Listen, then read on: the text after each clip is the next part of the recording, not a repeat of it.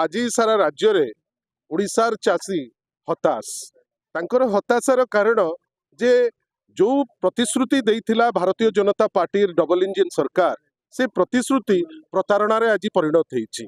माननीय श्री नवीन पट्टनायक आह्वान क्रमे सारा ओडिशा रे आमे राजरास्ता रे वर्तमान अच्छु कहीं आमर जी अन्नदाता जहाँ आमे कहूचे जीवन रेखा चाषी भाई माने आज राजरास्ता रे आपण भावंतु जेतबेले भोट नबार थिला सेतबेले संकल्प पत्र देले संकल्प पत्र रे लिखिले जे जो धान चाषी करिवो समस्त धान 3100 टंका रे ताकु से किणी नेबे। आपण जानी आश्चर्य हेबे आज पर्यंत सारा ओडिशा हो ब्रह्मपुर हो अविभक्त गंजाम हो 50 भाग धान भी क्रय करा जाई नाही। ए सरकार मिलर मानकर ए सरकार दलाल मानकर ए सरकार मिछुआ सरकार आ आमे देखुचे कौन जो पैसा भी पाइबा कथा धर 3100 कहले वर्तमान हठात जोगाड़ मंत्री कहउचंती जे नाई आमे 3100 टंका आउ देई पारिबु नाही। आ आपण जानी आश्चर्य हेबे जे से अखार कथा हो से व्यवस्थार कथा हो मंडी रे टोकन रो कथा हो ए सब जिनिस केवल भोट पाई किछि कथा कहिकरी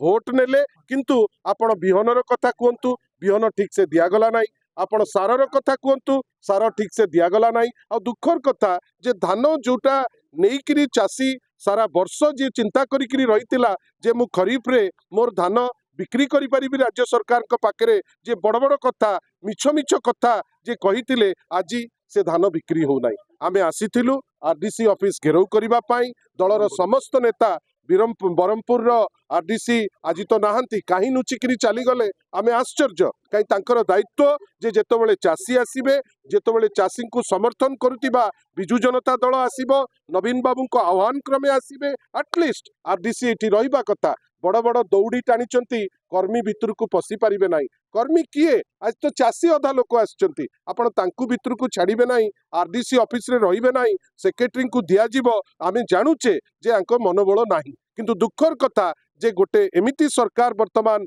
राज्य रे अछि जे चाषी को मारिबा पाई पचौ नाही कुहा जाउ नाही जे चाष कले बिक्री नाही पाठ पढ़िले चाकरी नाही ए दुख नहीं करी लोके अछंती बेसी दिन ए सरकार नाही। आमे विश्वास करूचु खूब शीघ्र चाषी हुंतु छात्र छात्री हुंतु वयस्क लोक हुंतु ए सरकार को तिरस्कार कर। गंजाम जिला बिजु जनता दल तरफरु आज आमे चाषी एवं मंडीर समस्या को लेकर आज आमे गंजाम आरडीसी माध्यम रे महामहिम राज्यपाल पाखकू एक स्मारक पत्र प्रदान करलु।